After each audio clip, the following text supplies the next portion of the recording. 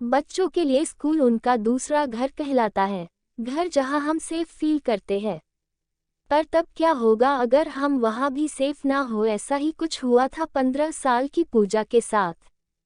पूजा ने एक dance competition में पार्टिसिपेट किया था और अपनी परफॉर्मेंस की प्रैक्टिस के लिए वह स्कूल खत्म होने के बाद भी अपने दो दोस्तों गोलू और भोलू के साथ रुकी थी। डांस प्रैक्टिस करते वक्त पूजा के दोस्त गोलू का बैलेंस बिगड़ गया और वह नीचे गिर गया। उसका पैर टूट गया था और वह बुरी तरह दर्द से चिल्ला रहा था। स्कूल के सब टीचर्स जा चुके थे और हेल्प के लिए उन बच्चों के पास कोई भी नहीं था।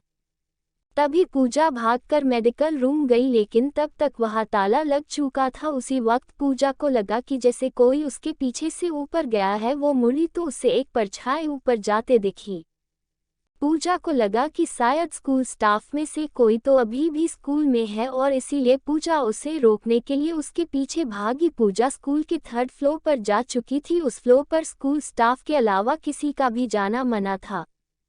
पूजा पहले तो वहां सीढ़ियों के पास ही खड़ी होकर आवाज लगाने लगी, पर उसे कोई जवाब नहीं मिला। इसलिए वो थोड़ी आगे गई। उसने देखा कि उस फ्लोर पर सिर्फ एक ही रूम था और उस पर भी ताला लगा हुआ था।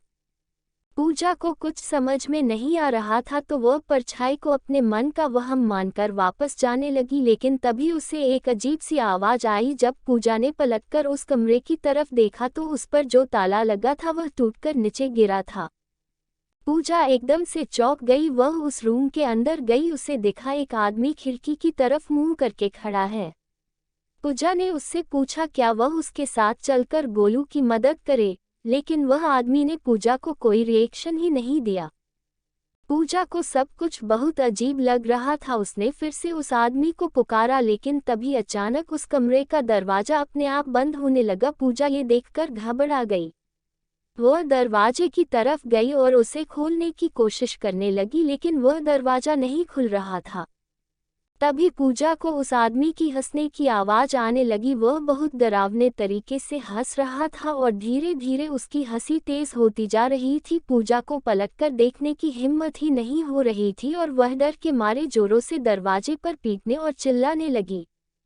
तभी पूजा को अपनी गर्दन पर हल्की सी हवा का एहसास हुआ। उसने पलटकर देखा तो उसका दिल दहल उठा। वह आदमी जो कुछ देर पहले खिड़की की ओर देख रहा था वह अब ठीक उसके सामने खड़ा था। उसके चेहरे पर एक हल्की सी हंसी थी जो पूजा को बहुत डरावनी लग रही थी।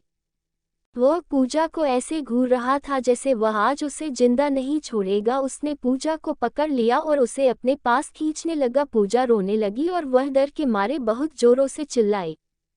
उस आदमी ने पूजा के मुंह पर हाथ रखा और पूजा के साथ बदसलूकी करने लगा।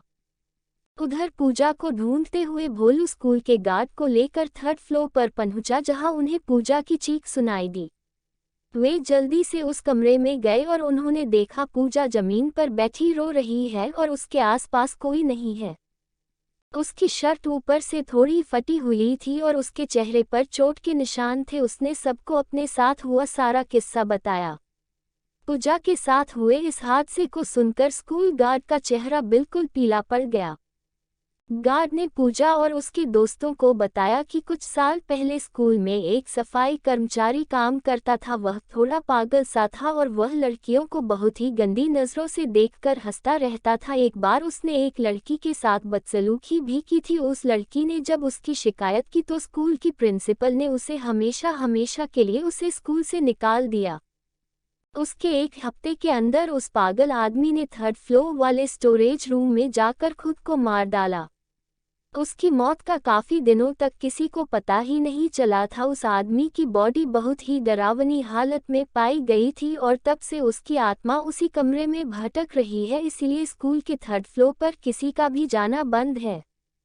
इस इंसिडेंट के बाद पूजा इतनी डिस्टर्ब हो गई कि वह कुछ दिन तक स्कूल ही नहीं गई, बल्कि कुछ ही महीनों में उसने एक नए स्कूल में एडमिशन भी ले लिया। लेकिन वह कभी भी उस आदमी की भयानक हंसी नहीं भूल पाएगी।